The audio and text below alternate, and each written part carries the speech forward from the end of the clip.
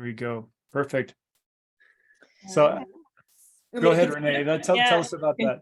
Yeah. So when I started my sabbatical in May, I left. I had a one-way ticket to Bali. I didn't know what I was going to do. I thought maybe I'll go to Bali and I'll just live there for 6 months and have a fantastic time and, yoga and meditate and all these wonderful things. And I got there. I was there for about 10 days. I loved it, but I was itching to get out and see other parts of the world. So I just started doing it. And then I thought, you know what, I'm going to email Guinness and see if there's a world record I can get for being one of the first people using a wheelchair to do this intense traveling. And at that point I had been to 65 countries, I think 68 maybe.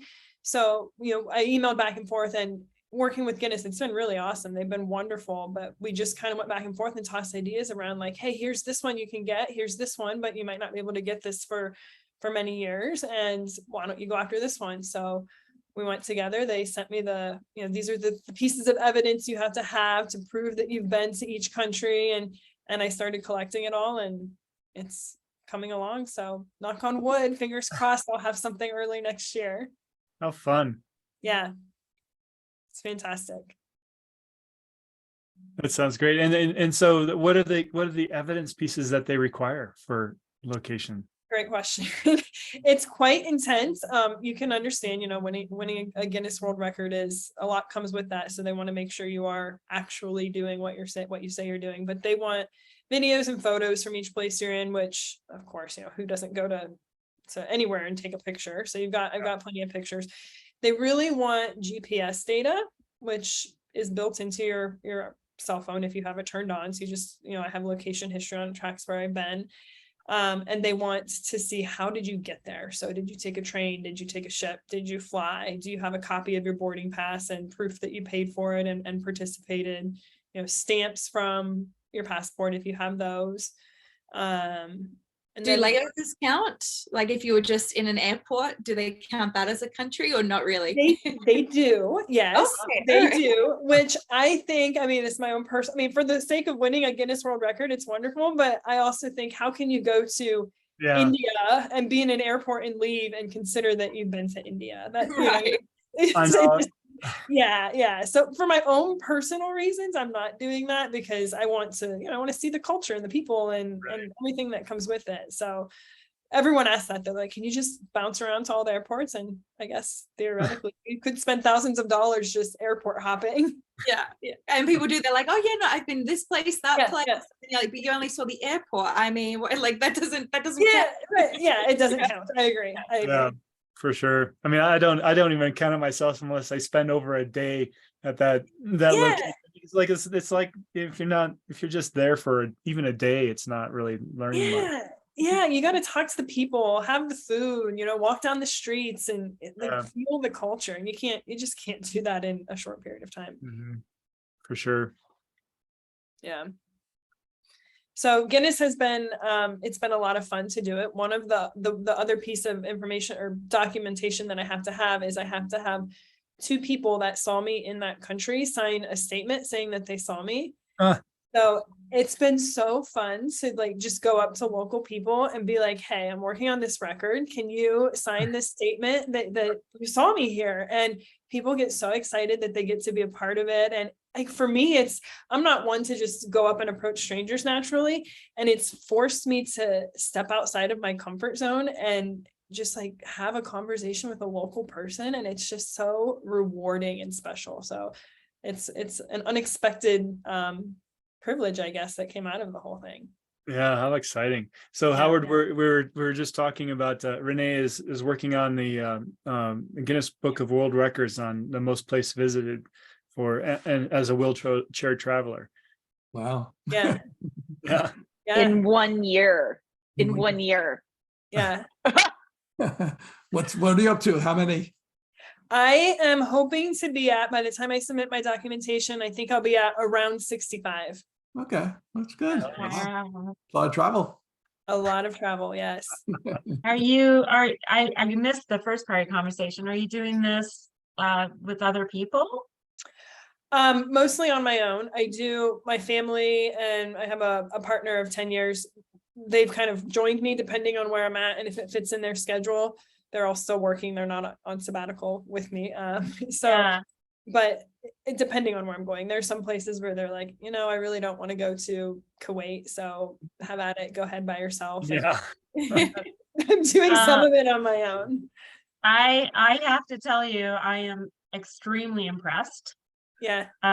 Even just going to Mexico as on your own and being there by yourself takes a lot of courage. Yeah.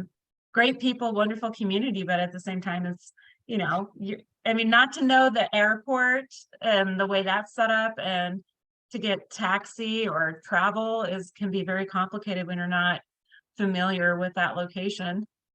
It is, it's so true. And I think especially as a female, there's this constant, I don't want to call it fear, but it's similar to fear where, you always, you're watching your back, what's behind me, who's eyeing me, who's ready to snatch something from me, or, take me. And you start to just surround yourself with a little bit of armor of, what am I going to do? Do I need to be prepared to punch someone? And I hate saying that, but you just don't know who's going to come at you and follow you, even to your hotel room or something. So you start to but at the same time, what's really cool about it is once you do it, it's like, oh my God, I did it. I'm totally fine. I had a great time. I'm stronger and better than I was. And so you start to walk away with this confidence that is just, you can't take it away. It's really cool. So are you on the road now, or you're home? I am at home now. I am at home. Yeah, home for the holidays. Good. Yeah. She just got back from Antarctica. I was worried you might not be able to make it back because of the weather and everything. Yeah. Like, I guess, wow. Yeah. Like, you never know. You might get locked into Antarctica. Yeah, I'm here. Glad to be back. Definitely good to get some downtime and some rest time. All right, so we're about to get started in 1 minute, and so just for all our listeners out there that are patiently waiting, we'll be broadcasting here real soon, and probably about 30 seconds or so. But I'm going to go ahead and at this time kind of bring up our first screen, and I'm going to start our multicast. And just 1 moment, so.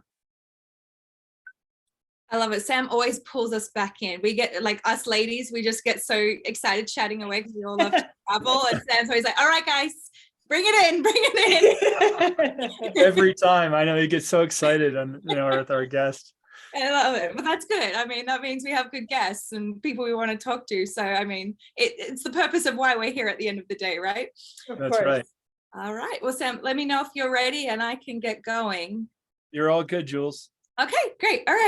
All right. Good. Well, hello, everyone. Welcome to the People's Strategy Forum. We're officially welcoming you. If you were on before we kicked things off, we were just having a little bit of a conversation with our speaker, but you can always go back and listen to it if you missed anything. Everything was recorded.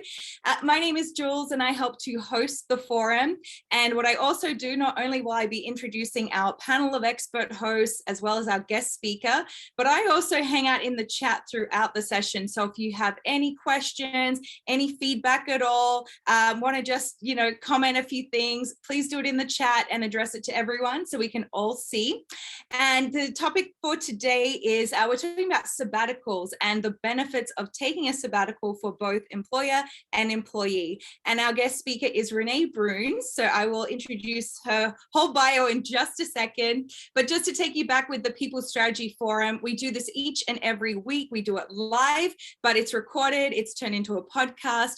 We are also on YouTube, and we are all really here to just engage, energize, and elevate your employees and companies. So we bring a different guest speaker every week. The topics are always different. So I really encourage you to come each and every week because you're guaranteed to learn something new. And the best part, it's all completely for free.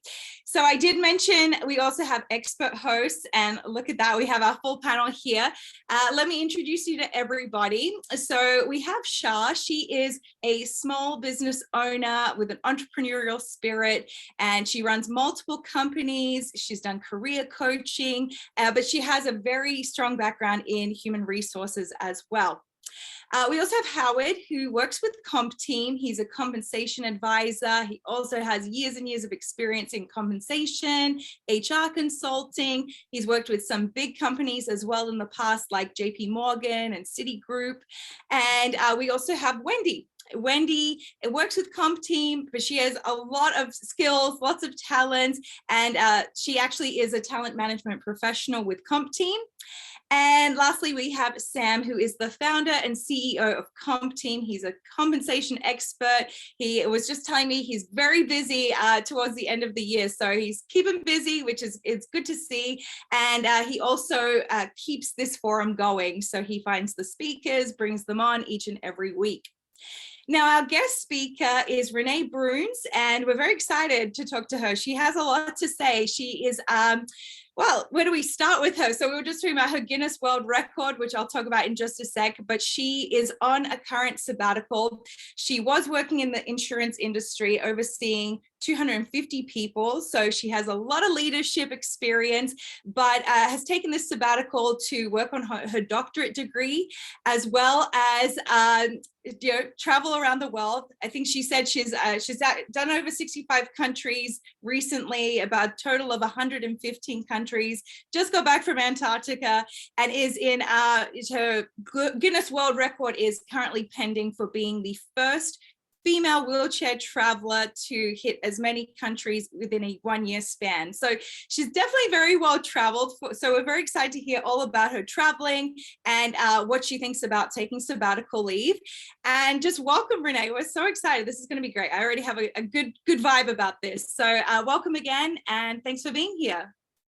Thank you so much. I can't thank you all enough. I am so excited. Obviously, this is a topic that's close and dear to my heart and has been truly life-changing. So my excitement will hopefully come through, and hopefully I'll walk away with some ideas and feeling energized. But before I get to my sabbatical, let me just tell you a little bit about myself and how I got to a point where I was willing to say I am ready to leave my leadership role. And I was leading 250 people. It was a relatively big role in a Fortune 500 insurance broker. You don't just one day wake up and say, I'm going to walk out. So I had been working my way up through the ladder, through the corporate world, having a fantastic time. It's everything I had always wanted. As a little girl growing up, all I ever wanted to do was have that big career. I wanted to have that big job. I wanted to be in that corporate world. It was everything I wanted.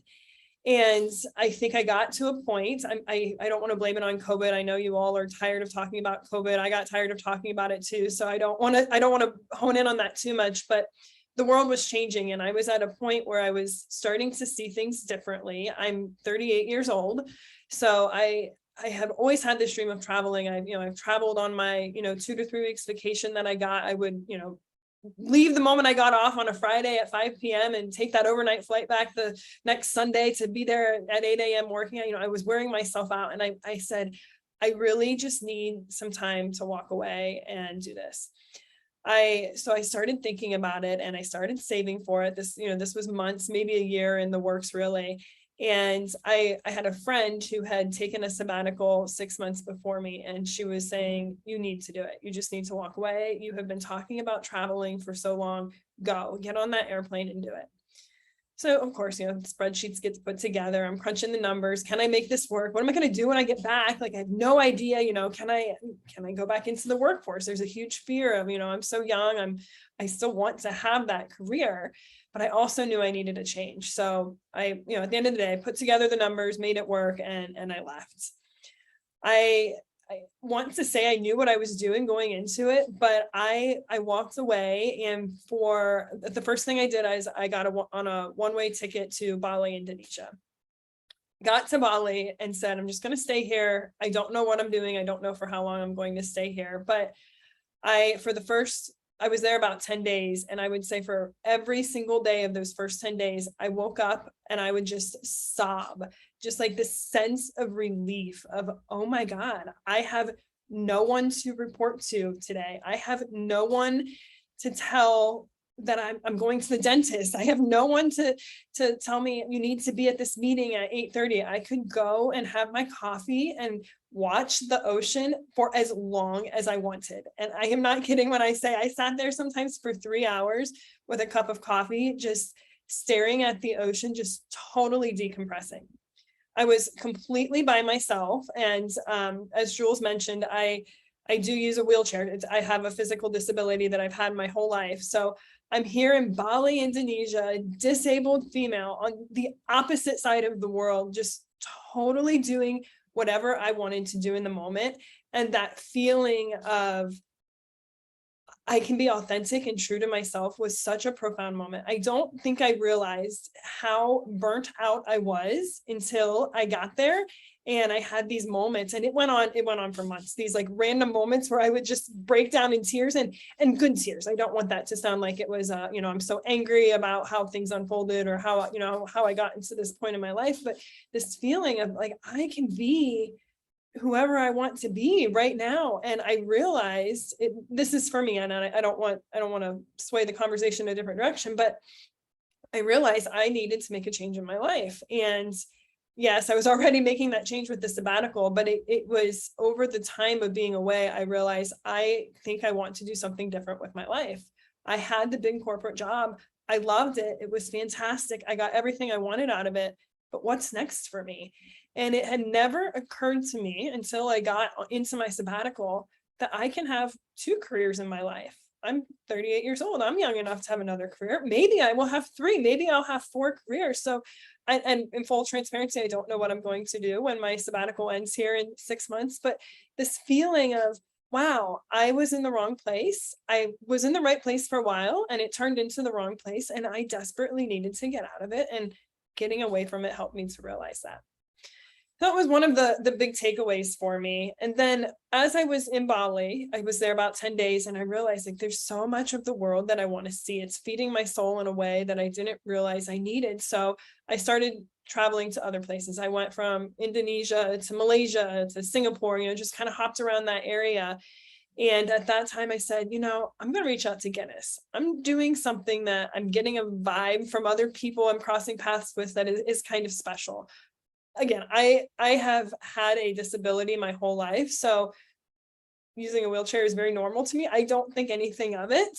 But once you get away from your friends and your family in that environment, and people start to say, you're pretty brave, you're doing something really cool, you start to really say, wow, am I really doing something that cool? And so I emailed Guinness. We went back and forth. Guinness is fantastic to work with. And I am now working on a Guinness World Record to be the first person in a wheelchair to travel to the most countries in 1 year.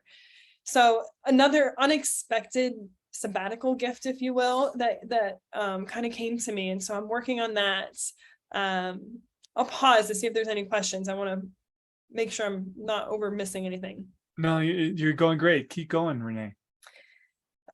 Perfect. So one of the things I get a lot of questions on is, aren't you worried about your future? And I think this is an important one to address because yes, I am scared out of my mind. What am I going to do when May comes around next year? And that's really kind of the 1 year mark that my partner and I have said, hey, 1 year is really about the amount of time you want to be away, from your career. And it's a weird thing because I left, and for about 3 or 4 months, it was on my mind all the time. What am I going to do? What am I going to do? I have notepads of, oh, you could do this, you could do this. How do you feel about this? And truly everything from going back to school to be a physician to going back to school to be a lawyer and everything in between. And doesn't mean I have to go back to school. I may end up going back into some sort of a business environment. But what's really cool about it is I think now I'm 6 months into it and I'm not thinking about it so much. It's really giving me an opportunity to live in the present, which we all talk about that. How do we live in the present? Sit and enjoy your coffee. Stop worrying about what meeting you have later that day. Stop worrying about the argument you had with your partner that morning. Sit and enjoy your coffee. And I have tried that for my whole life, to just sit and enjoy my lunch, enjoy the walk I'm having outside, enjoy the day. And I don't think I truly understood that living in the present. And I have that now, that I'm living in the present, that it's, yes, I know I have to figure out something in the future and I know it will come. But for the first time, I'm not worried about it. And I'm not worried about tomorrow. I'm not worried about what meeting I might have on the calendar tomorrow. And there's a sense of calm that has come with it. So from a mental health standpoint, it's an outstanding feeling to say, wow, I've stopped stressing about all of those things going on in the corporate world. And when I look back on it, the things that I stressed about and woke up at 3 a.m. are so trivial. I would do so many things differently. And the things that I worried about, what would happen with, X project in 4 weeks from now, I don't have that stress. So I think my point of all of that is, of course, I left. I'm saying I want to make a career transition. Many of you are saying, I don't want my employees to leave and never come back. And I think my point of all of that is, for me personally, I had gotten to a place where I wasn't happy. But I suspect that there are many employees in the workforce who are very happy with their careers and very much love them and want to stay where they are. I think there's probably more of them than people like me who want to make that transition. So for those employees that are in that place where I really love this company, I love my team, I just want to spend 3 months at home with my 5-year-old and make them pancakes every day. What they will get when they have that opportunity, and making pancakes or traveling the world, everybody has different aspirations, and that's fine. But what you get from walking away for 3 months or 6 months to be able to put into perspective, what are the things I stressed about that really they're not important. I don't need to stress about them. What could I do differently in my job? I look at what I was doing 6 months ago and the things that I would do differently now. Oh my God, I'd be such a better employee, such a better leader, because I've now I have the perspective. I've walked away and I'm able to say, oh my God, I should have totally done it. It's so obvious. It's so clear to me now. But when you're so immersed in it, it becomes so powerful and everything's cloudy. You're walking through the water and you can't see the light of day of what needs to be done. So I think for the people that are listening to me, and what I'm trying to say is, yeah, you have some employees there that are happy. They just need that break. And that break, if your organization can figure out how to give them that break, they're going to come back 1,000 times more confident, 1,000 times better. You've built in a natural succession plan by having them leave, because somebody's got to back them up while they're gone. You've built in a natural development plan because, again, somebody has to fill those shoes. So you've now naturally developed that person. And that person, because they were able to leave and take the time they needed for themselves, is just going to have such a huge commitment to coming back. So Renee, I would like to, I know just as we ground ourselves in this, I know that the sabbatical program has been hugely successful for you, but of course this was enabled by your employer. And I know that a lot of times employers will see that, hey, this person is such a high potential, a high performing employee. We want to make sure that we're doing the right thing for them, give them that flexibility.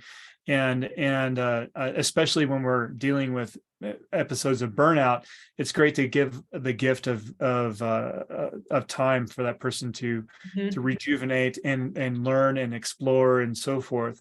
And so can you tell us a little bit about the program that made this happen? So I actually, and I'm glad you brought that up, I want to clarify, the company that I was at did not have a sabbatical program. So I put in my resignation and it was a complete separation. I resigned and said, I need this time. I know it's not something that the organization has to offer. So it was a complete resignation, which I was willing to take that risk. And I would say that for most people, it's difficult. You have to have the financial means to do that. You have to have the ability to get healthcare. You have to have, the security to say, what if I can't get a job when I come back? What if there's a window or a gap in that period? So for me, I was very fortunate to have the ability. I had saved for it. And, this is something I had wanted to do for many years, but I think that's the benefit that you get by having an employer who supports that, is you can leave and you also don't have that pressure of how am I going to feed my family while I'm taking the time to be with my family. Great. And so, and I know that, but there's a lot of things that you've learned about yourself and about your role, your previous role. As a matter of fact, you're thinking about maybe doing something different than you were doing before. So did you kind of discover that through the sabbatical process, or can you tell us a little bit about that? Yeah, sure. Absolutely. When I left, I honestly thought, all right, I'm going to leave. I'm going to do a year. Maybe something will come out of this, but I'll probably go back. I need a paycheck. I have to pay my, I have to pay my mortgage, have to feed myself, all of those things, the same thing that everyone else has. So I had become accustomed to a certain style of living.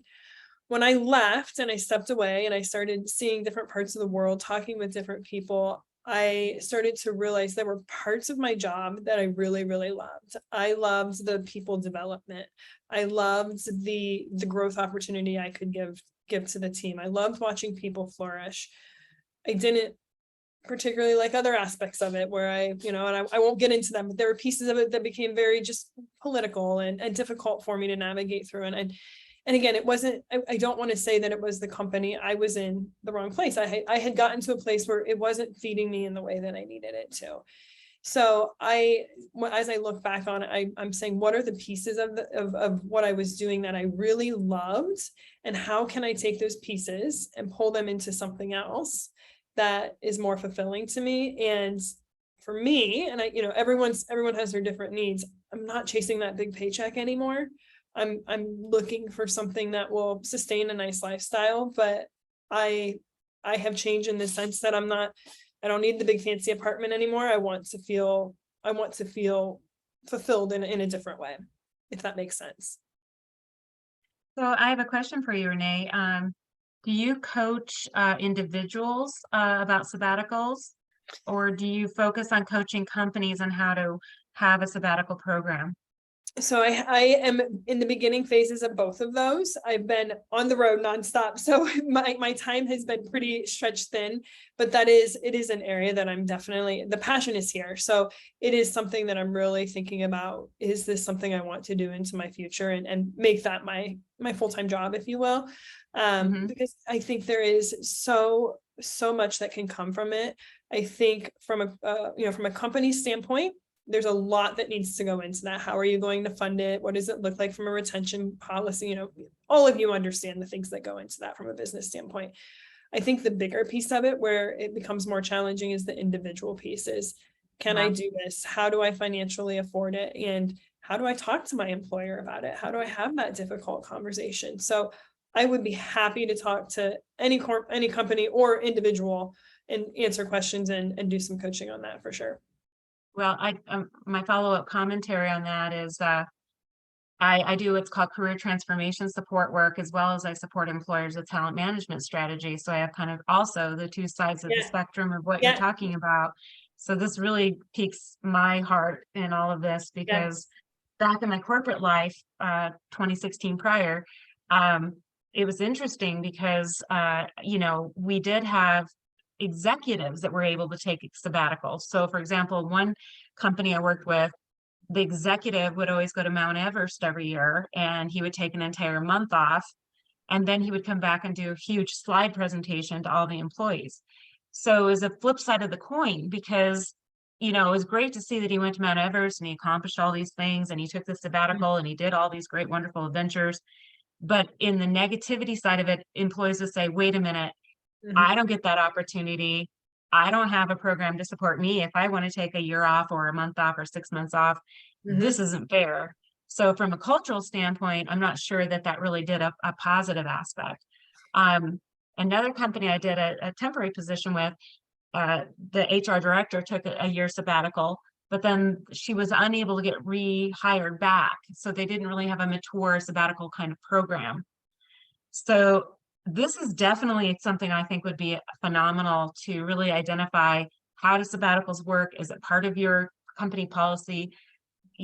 What is the compensation process? Is there a compensation? I mean, all of a sudden, all these thoughts are going through my mind. Like, how could you logistically, policy wise, create the kind of program? So sometime I'd like to have some coffee with you to pick your brain on that. I think that'd be a great thing to talk about. Absolutely. And I've done since I've started, because I am so passionate about it, I've done a fair amount of reading on it. And what I would say is it's not a one size fits all. Every company has a different dynamic with their employee group. Every company has different financial situations, but if you get creative, I think it's worth it. And I mean, physically, I'm in better shape. Mentally, I'm in better shape. I'm not going to mental health counseling anymore. I'm not running to the doctor for all of my health ailments. So what does that do from a health insurance standpoint for your company? And just that you care about your people. Everybody wants to work for a company where they care about the people. So for sure, there's the company policy piece of it, I think, is the hardest part. And it's the hardest part to convince a company to say, this is why it works and this is how it will work. And then the people piece of it, it's scary for people to quit their job. If they know that they have the financial backing, it's much easier. Well, you feel like with my view is when I left my traditional corporate life, I felt like I was jumping off a cruise ship or jumping out of an airplane. Yeah. And it is extremely scary. I'm so proud of you it is scary. I mean, to not live in the moment, to constantly worry about all those financial pressures. And from a career transformation standpoint, I think this is a phenomenal idea if individuals really consider. I mean, in fact, there's a Facebook group called Freedom from Corporate. And, a lot of employers are dealing with the mass exit, as they say. Why not work with your employees to give them the empowerment to do this, and then also do coaching for your employees to have the freedom for what you're talking about. So that's great. Sam, did you have a comment? No, I was just about to say, I mean, in the early 2000s, the sabbaticals were trending up in the technology industry. It was kind of quashed after a while due to the downturn and economically that they had, but it was a great step forward. And as we started to see a little bit more reemergence in that practice in the recent past few years of companies adopting that, giving more flexibility and finding a way to attract people into their organization and also reward those long-term high potential performers. But there was a situation a number of years ago where I helped a company implement a sabbatical program.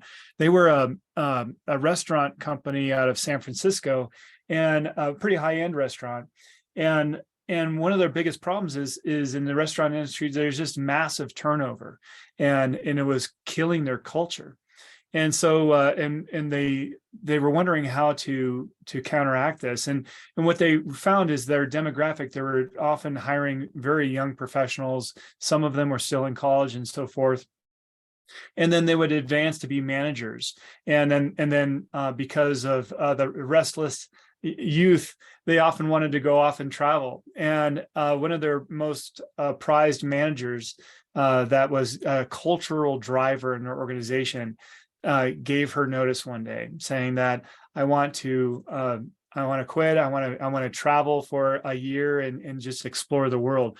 And the restaurant was just didn't know what to do, because they had this person on a leadership path. They were planning on being high level in the organization, and they didn't want to lose that. And so the sabbatical program turned into a great idea for them. And so what they offered is that, okay, this is great, but if you'll stay with us, we'll pay for a fraction of your salary, so you'll continue to have earnings as you're traveling the world. And what we ask is that you visit these restaurants across the globe, and you come back to us and tell us about what you've learned from their operations and practices and so forth. And after a year, she came back. She was just jazzed about what she've learned, and it turned into an even longer term career for her, and was really promising for the organization. So it was a great story of success for them. That's fantastic, Sam. I hear that, and I just think it's so obvious what needed to happen in that situation, and such a win-win for the company and the employee. That's awesome. Yeah, absolutely. And a lot of times, I mean, there are situations where people are thinking about, is this the right career for me? Maybe they want a change in career. And then so companies can still provide that security of income during that sabbatical if the person thinks that they might want to come back. And some companies were, well, what is the risk here? I'm worried about risking my investment in this. And so they often will put together an agreement to pay back funds if they choose not to come back to work, and so forth. And so and sometimes they'll put in a retention period saying that, if you stay with us for a year after you return, or a year and a half, then you don't have to repay that sabbatical. And then also, I often find that a lot of companies that have used sabbaticals, they have a term period. So if you're here for 3 years, then you get 6 months off. If you're here for a year, maybe you get a longer period of time, and they kind of grow on that over, and it's used as a great retention program. Mm-hmm. Do they offer benefits too, Sam? Health benefits? Yeah, so the benefits is a little bit trickier. There's other types of benefit programs that these companies use in conjunction with their global nomads, because as you know, that as people have gotten bitten by the travel bug, as you have, Renee, there's other types of insurance programs that might better suit them around the world, and there's actual global programs in place right now that can help people no matter where they are on the globe, and are a better fit for them than traditional insurance that's provided in the States or elsewhere. I think the other thing to think about is, we're talking about whether that employee is in the right career, or do they want to make a transition, similar to what I'm doing, but maybe they want to do both, that they like the company, they like the employer, and they're saying, they've been managing people for 10 years. They're just not sure if they want to do it. They step away, and 6 months later they come back and say, I'm really interested in your marketing team. Can I get some exposure to that? So we all want to have the people in the right seat on the bus, and how can you help them to be in the right place so it's a win-win for everyone? Right. Yeah. And it's a huge, I mean, as I'm sure you found, Renee, it's the education you get from being a global person in perspective is massive.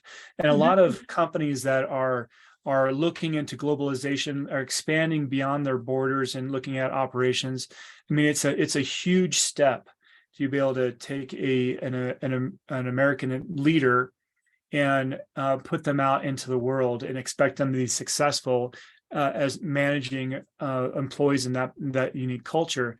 So a great opportunity for learning is to have a period of sabbatical, or to put that person out there, to have them be immersed in the culture and learn about what it is to be a more global person, understanding different cultures and be more flexible in understanding of different cultures and traditions. And so there's a lot of ways sabbaticals can be very successful and important for companies in their expansion. Yeah, it's definitely an educational opportunity that it doesn't feel like you're getting an education when you're doing it, but you're, as you said, the cultural piece of it, coming back and then leading teams that, we're a diverse country, and the world's becoming so global that you take that away and you don't even know what happened to you.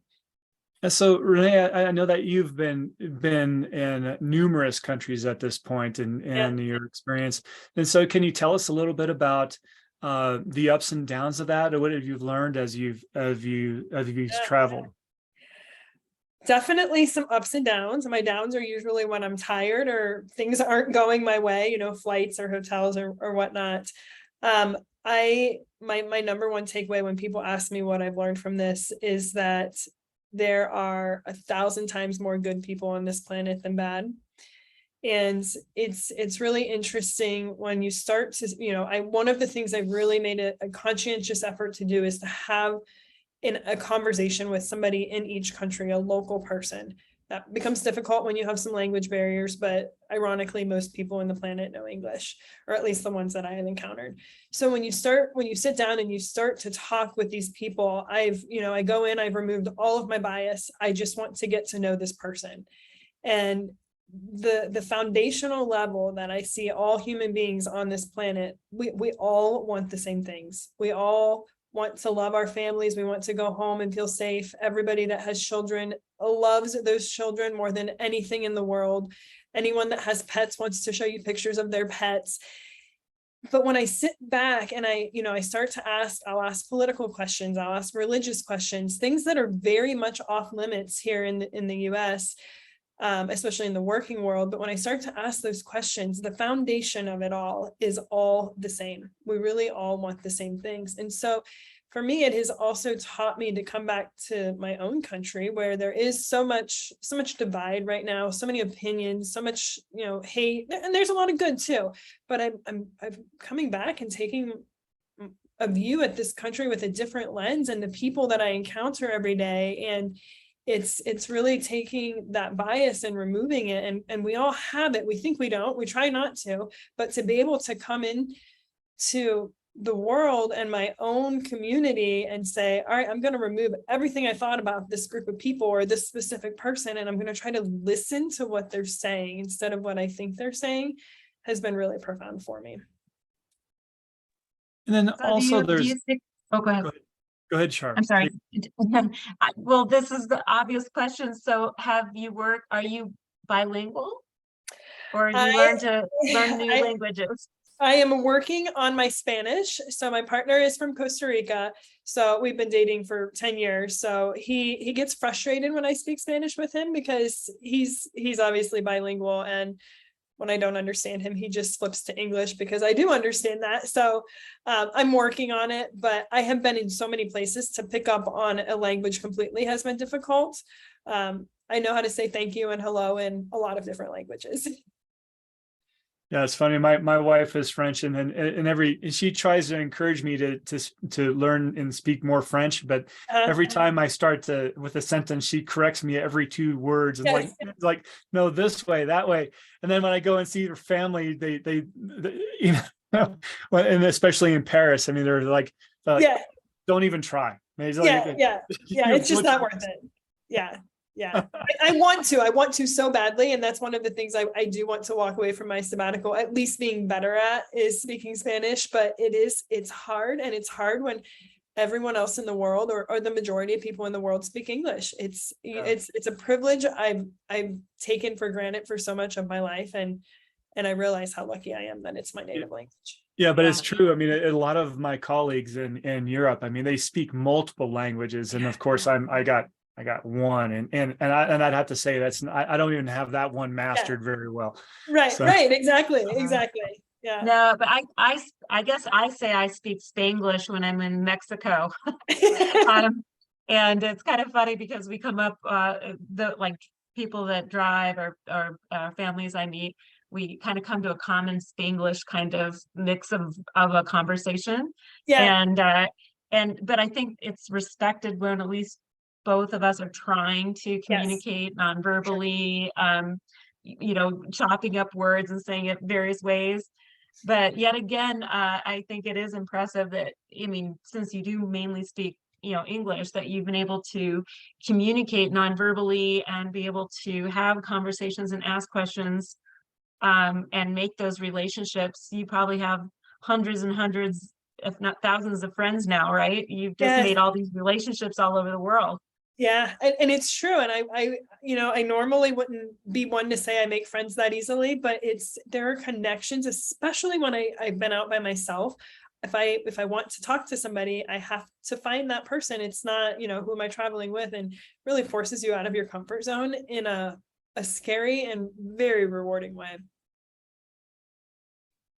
So we do have a question, Renee. So I just want to jump in here. So the question is, if you've ever traveled to South Asia, or if you've particularly been to Pakistan, India, Bangladesh, Nepal, or Sri Lanka. They're just curious to know about your experience if you've been to any of those places. So I have been to India, but I want to put a caveat on that I went with my previous employer.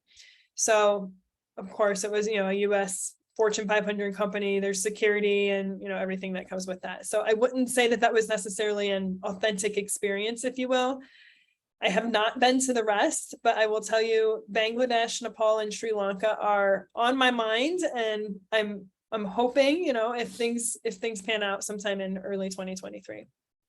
Yes, I'm excited. I have plans to go to Nepal next year. 'Cause my son went there the year before, and he's just fascinated by the culture, and of course we're in the mountains and the beauty and so forth. So it was a great learning experience for him, just being able to interact with different people and the loving and friendliness that they have and their families there. So it's been a great blessing for him. I encourage that for anyone. Awesome. And Renee, it sounds like you already have a tour guide ready for you in Pakistan. Abdul said he would love to be your tour guide and host you if you visit. So there you go. Awesome. You're meant to be on this webinar today. Consider it done. Love it. And that's Wait, Renee, you need someone to carry your luggage, right? We need to go too. So, but that's a good point. I mean, there's a lot of times getting a local expert can be so important in making a trip worthwhile. I mean, as we think about, you go to a place, you don't understand the language very well, you don't understand the culture. I mean, you could be wasting hours sitting in an airport because you don't know how to go about the right way of asking or getting that next flight or getting from A to Z. And having a local experts in those situations can be so empowering. Absolutely. I was traveling in Italy, and I found this place that offered, a homemade meal with a couple, and just seizing that opportunity while we were in Italy with to take that experience. It just changed the whole perspective, because now you're traveling away from the tourist area, going into a neighborhood, you're spending the whole evening cooking with these people and sharing wine and stories, and so that was just a little taste of probably your total experience. But it was so wonderful that a company was doing that. Yeah, that's fantastic. Those are some of my absolute cherished memories, when you get that experience with a local who is so proud of their culture and their community, and they just want to show it off. And I'm just like, give it to me, feed me more. I'll take as much as I can get. This is fantastic. So one of the things I'd love to hear a little bit more about as well, Renee, is here a lot of travelers, and especially out of the US and those that are traveling for the first time, don't understand the privileges that they have in their home country and compared to others. So what did you find out in your journeys about that?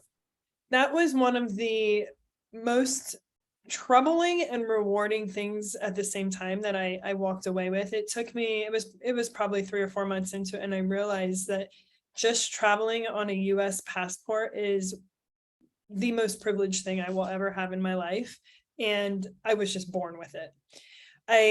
I cannot tell you the number of times I have been in a car with a driver or a tour guide or a local, or been waiting at a bus stop or a train station, and people will say, well, where are you from? Well, I'm from America. Oh, I want to go to America someday. If I could count the number of times I heard, I want to go to America, I would be set for life.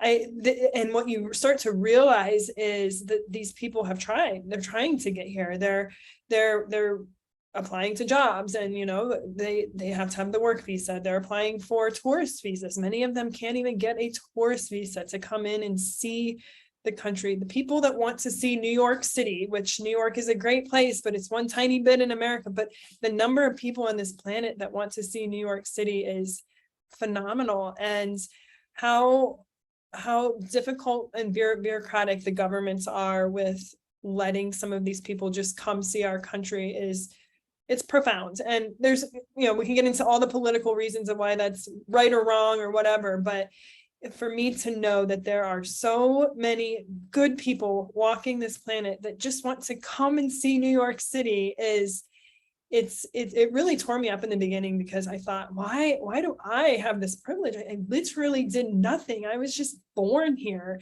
and there are people fighting every day for their entire lives to never be able to come and see what we just take for granted every day. Yeah, I would agree, because when I'm in Mexico, I have to be cognizant of that, because as I'm going off and talking about Colorado and all the adventures that I take, and of course the people I'm talking to are nodding their heads politely like, oh, that's nice.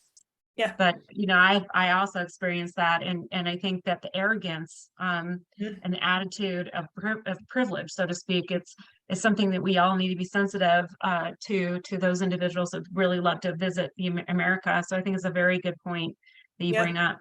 Yeah, absolutely. It's profound, and it can be emotional in a good way and a bad way at the same time. And it really, for me, it touched my heart in a way that I'm glad that I got to feel it, because it is very real.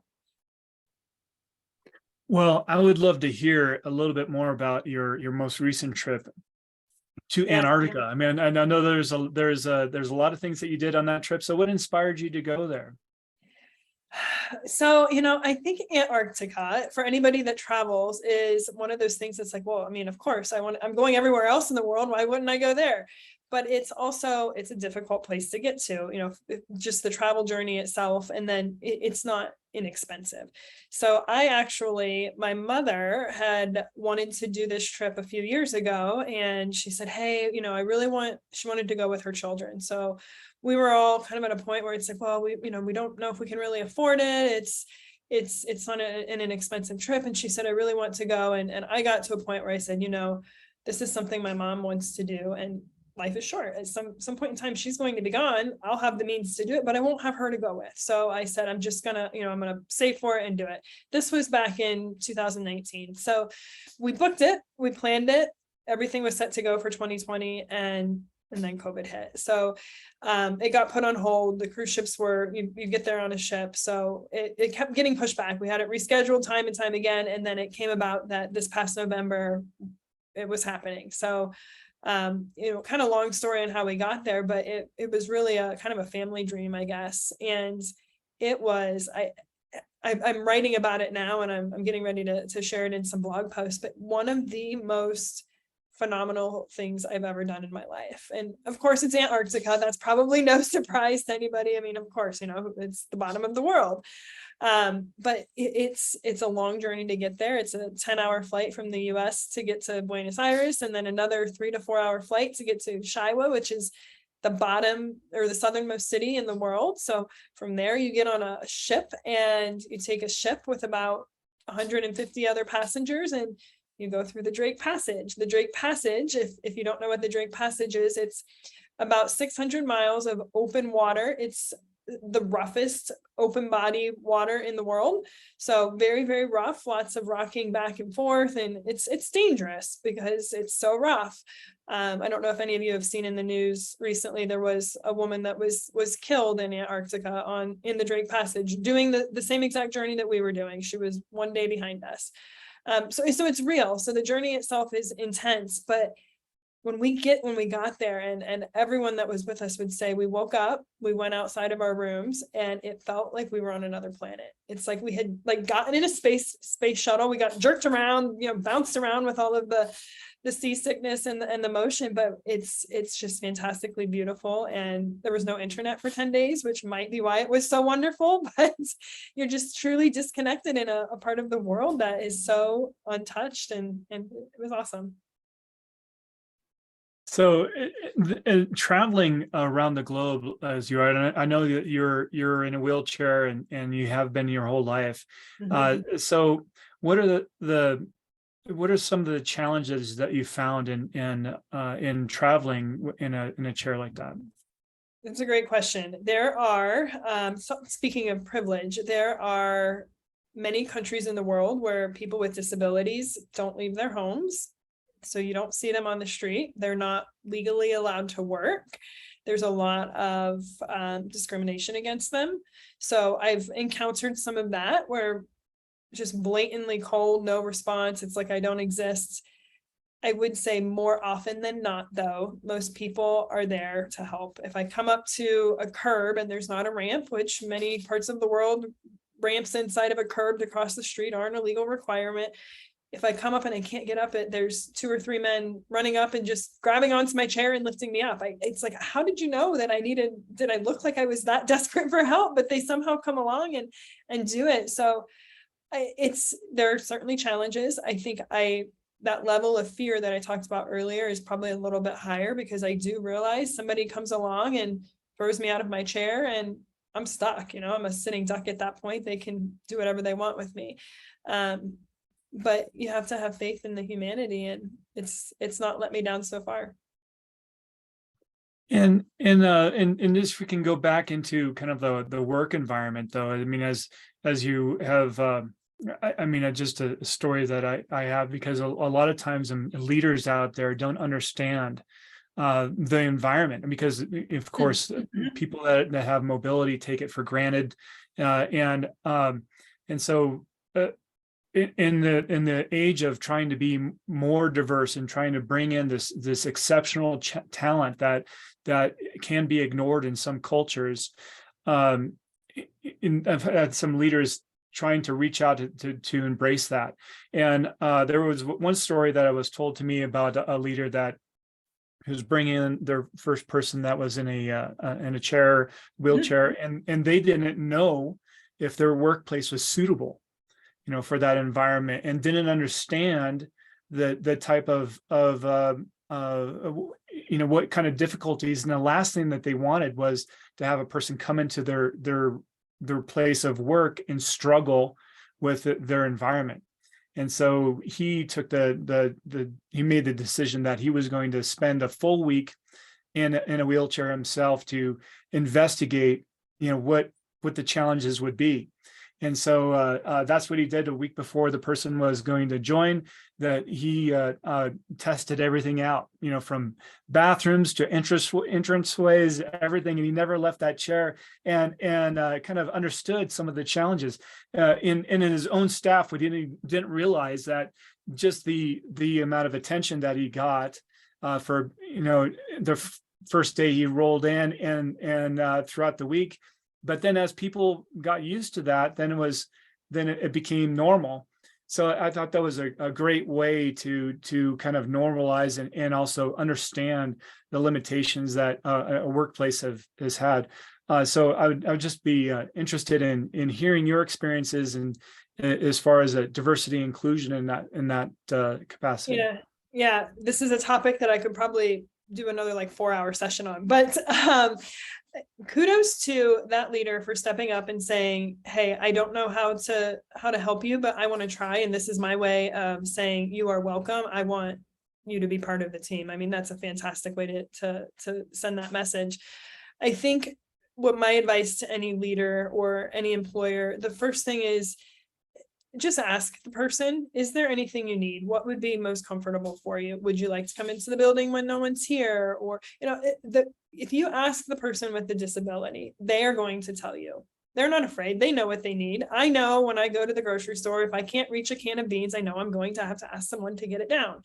I know what I need. So I think that often there's an assumption to say this person is in a wheelchair. We need to put in these things, but maybe you do, maybe you don't, maybe you need to put in something else. You can't know until you've been there. So I think starting with the question and authentically and genuinely saying, hey, how can we help you, is in my experience, it's the best way, and listen to what they say, because that individual knows.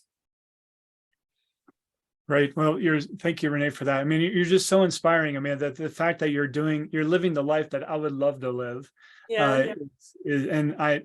I'm trying as much as I can. You've crossed many borders, and I'd love to do the same someday. But make it your goal. Yeah. For those listeners out there that would like to learn more about your journeys and follow your passion in achieving this goal of becoming part of that world record community of Guinness, how can they follow you? Sure. So I have a webpage. It's wheelstravelstheworld.com.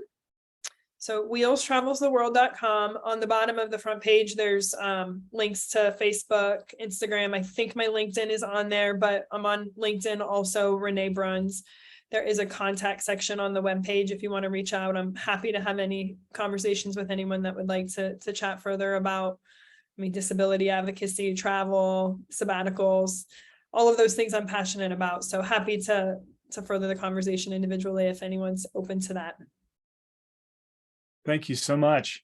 Mhm. Well, as we're coming In to the chat, top, I'm sorry.